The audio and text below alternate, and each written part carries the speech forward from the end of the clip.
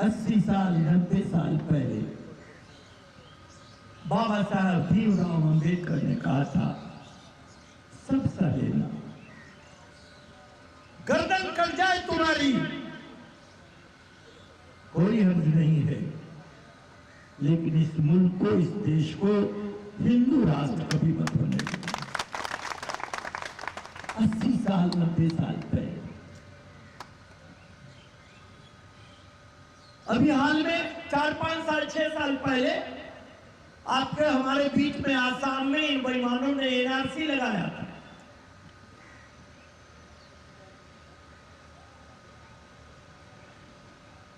उसमें करीब 19 लाख लोग अपनी नागरिकता साबित नहीं कर सके। 19 लाख। छोटा सा राज है आसाम। हम लोग के इलाके के भी बहुत सारे लोग वहां काम करते, और उस दरमियान अपने गांव में भी लोग मारे मारे फिर रहे थे, वो सर्टिफिकेट उपलाने के लिए, प्रमाण पत्र लेने के लिए। 19 लाख लोग अपनी नागरिकता वहां साबित नहीं कर सके। आपको मालूम है, उस 19 लाख लोग में 15 लाख हिंदू और 4 लाख मुसलमान हैं। यानी 80 साल पहले जो बाबा साहब भीमराव अम्बेडकर ने कहा कि सब सह लेना, लेकिन इस देश को हिंदू राष्ट्र मत बनने देना। आसाम में जब एनआरसी लागू हुआ तो बाबा साहब भीमराव अम्बेडकर के उस बात पर मुहर लग गया। ठीक कहा था बाबा साहब, ठीक कहा था बाबा साहब। इस देश को कभी हिंदू राष्ट्र नहीं बनने देना है। और जब आजादी की लड़ाई चल रही थी,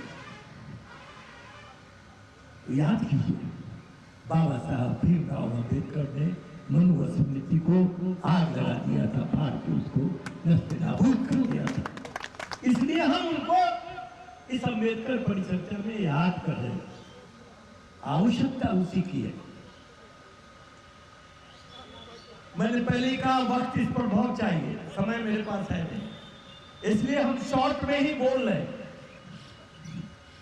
अब वर्तमान में इन बेईमानों ने देश पे कब्जा कर लिया। 14 में हम हार गए, 19 में हम हार गए, और मैं बहुत अफसोस के साथ आपको कहना चाहूंगा, यदि 24 में आप हार गए तो शायद फिर इस देश में कभी चुनाव नहीं होने वाला। इसलिए यह परिचर्चा नहीं है साथियों, ये हमारे और आपके जीवन मरण का ये प्रश्न है। और ये वर्तमान में ये भारतीय जनता पार्टी के लोग मनु स्मृति की बात नहीं करते, न अगले पिछड़ों की बात करते, आरक्षण की बात नहीं करते। कैसे करेंगे? आजादी में जब मनु स्मृति या बाबा साहब भीमराव अम्बेडकर के विचारों में लड़ाई हुई, मनु स्मृति की हार हुई, और इस देश में बाबा साहब भीमराव अम्बेडकर के संविधान की जीत हुई। जब आरक्षण आया और आरक्षण के खिलाफ जब लड़ाई चली मंडल और कमंडल की, मंडल जीता और कमंडल की हार हुई। इसलिए उसकी भी चर्चा नहीं होगी। चर्चा क्या? नया चर्चा। अब ये बेईमान कहता है हमसे बड़ा देशभक्त दूसरा नहीं हो सकता है।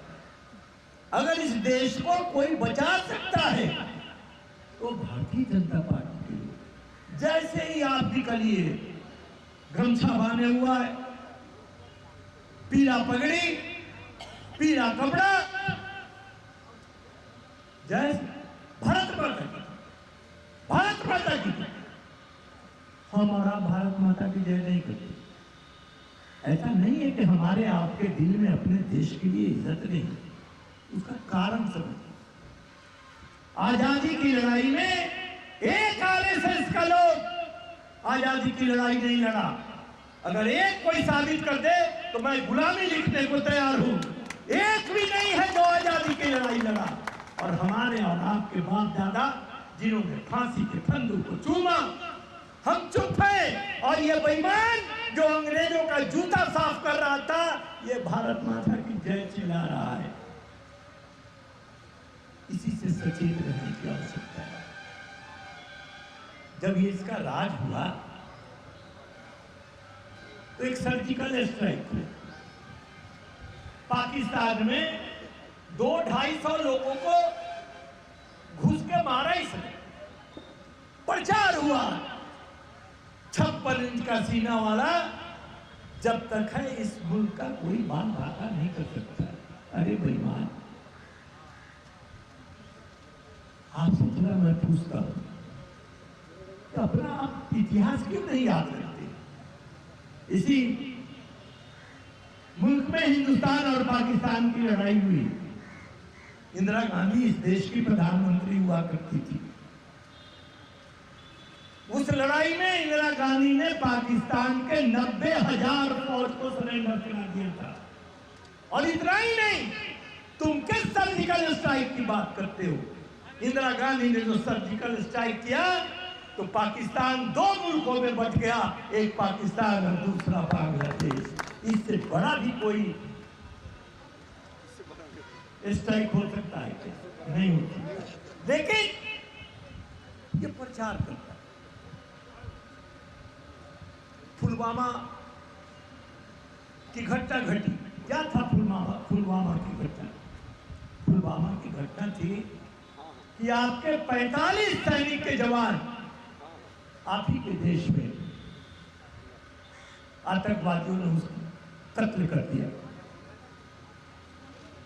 कैसे 56 इंच के सीना वाले आदमी तुम्हारे मुल्क में, तुम्हारे रहते, तुम्हारे 35 नौजवान को कोई कत्ल कर देता हो और तब भी तुम छाती ही पीटते हो। गनीमत है कि ये हिंदुस्तान है।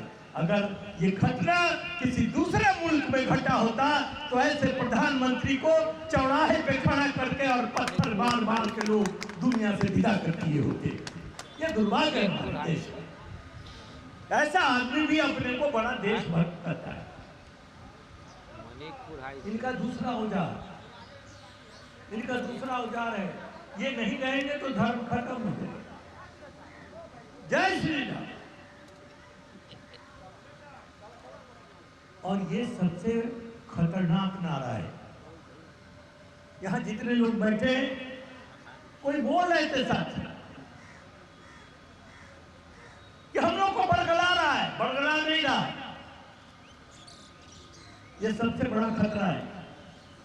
जिस तरह आरक्षण की लड़ाई में 85 और 15 में यह मुल्क बट गया था, जय श्री राम के नारों में जो 85% जो मंडल कमीशन के समर्थक थे, आज की तारीख में 60 से 62% लोग वो जय श्री राम कर रहे हैं। ये खतरे की घंटी है। वीर सिंह पटेल बोल रहा, समाजवाद जिंदाबाद, और वीर सिंह की पत्नी बोल रही है जय श्री राम। एक बड़ी लड़ाई है। मेरा जवान बेटा चला गया दुनिया से, कैंसर हो गया था उसको। हम लोग के समाज में महिलाएं व्रत रखती हैं। व्रत रखने से उनके पति की आयु बढ़ जाती है। तीज व्रत मेरी पुतों भी रखती है। नहीं, मेरा बेटा बचा नहीं। अगली बार फिर मैंने अपने पत्नी को देखा, वो तीज व्रत। क्या है भाई? तीज व्रत से। हमने कहा अपनी पत्नी को, पुतों रखती थी तीज व्रत, बेटा तो नहीं बच पाया। अरे भाई, जो इस दुनिया में आया है वो जाएगा। दुनिया का कोई मंत्र, दुनिया का कोई भक्ति ऐसा नहीं है जो जाने वाले को रोक ले। किस अंधविश्वास में पड़े हैं हम, और यही अंधविश्वास उनकी सबसे बड़ी ताकत है। इसी अंधविश्वास को तोड़ने की आवश्यकता है। और वे जब तक आप नहीं तोड़िएगा, आपको सफलता नहीं मिलेगी। याद रखिएगा मेरी बात को। धर्म की इज्जत हम नहीं करते, लेकिन धर्म से हम क्या सीखते हैं? हम गांधी या अम्बेडकर के अनुयायी हैं। धर्म से हम सीखते हैं मजहब नहीं सिखाता आपस में बैठ करना। धर्म से हम सीखते हैं ईश्वर अल्लाह तेरो नाम सबको सन्मति दे भगवान। धर्म से हम सीखते हैं पति पावन सीताराम। ये धर्म से हम सीखते हैं। हम धर्म से भाईचारा सीखते हैं। हम धर्म से मोहब्बत सीखते हैं। धर्म हमको कर्तव्यनिष्ठ बनाता है। धर्म हमको कर्तव्य के पथ पर ले जाता है। और उनका धर्म उत्तेजना पैदा करता है, समाज में नफरत पैदा करता है। समाज में वो नफरत पैदा करता है, समाज को बांटता है, एक दूसरे के ऊपर खड़ा करता है। हम अभी हमारा कोई साथी बोल रहा था, ये कैसे धर्म के ठेकेदार हैं जो धर्म को फैलाने के लिए तलवार बांटता है, एक दूसरे की गर्दन काटने के लिए उस्काता है। मैं आपसे कहना चाहता हूं, भले ये तलवार बांटे, हम गांधी और अंबेडकर के अनुयायी हैं, उसको तलवार बांटते दीजिए। हम और आप अपने लोगों के बीच गांधी और अंबेडकर का मोहब्बत बांटिए। हम और आप अपने लोगों के बीच अंबेडकर का संविधान बांटिए। हम लोगों को आपस में टूटने नहीं देंगे। गांधी का जो सपना था कि इस मुल्क के 4 बेटे, हिंदू, मुस्लिम, सिख, ईसाई, और जब तक इन चारों बेटों में प्यार, मोहब्बत और अपनापन रहेगा, इस मुल्क का कोई बाल बांका नहीं कर सकता है। हम उस रास्ते पर हमको चलना है। हमको धर्म से नफरत नहीं है, लेकिन धर्म के आड़ में जो नफरत हमको सिखाया जा रहा है, हमको उससे अलग रहना है। हमारा धर्म नफरत नहीं सिखाता। हम अपने कर्तव्य से विमुख नहीं हो सकते। हमारे एक साथी बोल रहे थे 5 किलो अनाज देता। यहाँ मैं आपसे एक सवाल पूछना चाहता हूँ। मैं बहुत ज्यादा नहीं बोलूंगा, शॉर्ट में ही मैं 5 किलो अनाज एक आदमी कितने दिन में खत्म करेगा? 5 दिन, 6 दिन, 7 दिन? कितना दिन में खत्म करेगा? 10 दिन? 10 दिन बहुत हो गया। एक सप्ताह। अगर 5 किलो अनाज में एक आदमी एक सप्ताह खा सकता है तो महीने का 23 दिन बच जाता है। 23 दिन पेट में भोजन ले जाने के लिए उसको फिर खून और पसीना एक करना पड़ेगा। अगर वो खून और पसीना एक नहीं करेगा तो 23 दिन उसके पेट में अनाज नहीं जाने वाला है। तो जो व्यक्ति 23 दिन खून पसीना एक करके अपने पेट में अनाज ले जाएगा, वो 7 दिन और नहीं ले जा सकता है? ले जा सकता है। अगर आप 7 दिन की व्यवस्था खून पसीना एक करके कर लीजिए तो किसी के आगे हाथ फैलाने की आवश्यकता आपको नहीं पड़ेगी। आप आत्मस्वाभिमान से आप अपने जीवन को आगे ले जा सकते हैं। मैं आपसे कहना चाहता हूं, हम लोग के गांव में चूहा पकड़ता है, रोटी का टुकड़ा डाल देता, चिड़िया फंसाता है, जाल में दाना डाल देता, या जो किसी की गर्दन उड़ाता है, माला पहना देता है और नीचे चावल डाल देता है। जीव ही वो खाया, खेल खत्म। क्यों? इसलिए शायद वो सोच नहीं पाता।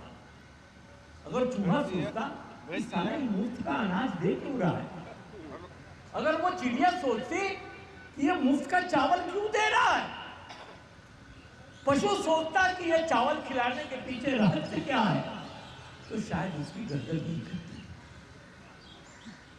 हम लोग तो सोच सकते हैं कि भाई ये 5 किलो अनाज साला मुफ्त दे क्यों रहा है? वो इसलिए मुफ्त अनाज दे रहा है कि अंबेडकर ने जो सबसे बड़ी ताकत आपको दिया, वोट डालेगा। ये 5 किलो अनाज के बदले ये बेईमान आपका वोट आपसे लेना चाहता है, या वोट जो आपका मुकद्दर बदलेगा, जो आपको घर देगा, जो आपकी बेटी की शादी कराएगा, जो आपके बच्चों को पढ़ाएगा लिखाएगा, जो आपका मुस्तकबिल संवारेगा, वो वोट ये बेईमान आपसे छीन लेना चाहते हैं। वो तो सोचने वाला नहीं था, हम सोचने वाले हैं। इसलिए जरा विचार कीजिए कि शिकारी आएगा दाना डालेगा, उसमें फंसना नहीं है हम लोग को। और अगर हम लोग नहीं फंसे तो अपने लोग को बताइए, अरे भाई हमारे समाज में लोगों के बदन पे कपड़ा नहीं है, पेट में अनाज नहीं है, उसकी बेटी की शादी नहीं हो रही है, उसका इलाज नहीं हो रहा। तुम हजारों करोड़ का मंदिर बना रहे हो, तुम लाखों करोड़ का मंदिर बनाओ, लेकिन तय करो कि गरीब के पेट में अनाज जाएगा। तुम तय करो कि इसकी बेटी की शादी होगी, तुम तय करो कि समाज खुशहाल होगा, तब तो बनाओ। और नहीं, ये ढकोसला बंद करो और हम गरीबों की समस्या का निदान निकालो, तभी यह मुल्क चलेगा। मैं आपसे एक ही बात कहना चाहता हूँ, बात बहुत है और मैं चाहूंगा कि एक अलग से कभी अम्बेडकर परिचर्चा आप इस इलाके में शंकर जी रखिए, जिसमें हम शुरू से अंत तक अपनी बात रख सके। आज हम पूरी बात अपनी आपके सामने रख नहीं पा रहे, लेकिन एक घटना घटी है जिसमें हमको जाना है। मैं अपने बात समाप्त करने के पहले एक बात, दो पंक्ति कहना चाहूंगा आपको। हमारे यहाँ कहावत है, वक्त का चुका इंसान और डाल का चुका बंदर। इन दोनों की समाज में न कोई पूछ होती है न प्रतिष्ठा होती है। तो मैं कहना चाहूंगा कि अगर आप लोग वक्त पर नहीं सुधरे और फिर दोबारा गलती हो गई, तो वो पंक्ति मैं कहूंगा कि घर चरागों की हिफाजत फिर इन्हें सौंपी गई। घर चरागों की हिफाजत फिर इन्हें सौंपी गई। रोशनी मर जाएगी, खाली धुआं रह जाएगा, आएगा अपना बुलावा जिस घड़ी उस पार से, मैं कहाँ रह जाऊंगा और तू कहाँ रह जाएगा। इन्हीं बातों के साथ मैं अपनी बात समाप्त करता हूँ। बहुत बहुत धन्यवाद। हिंदुस्तान जिंदाबाद।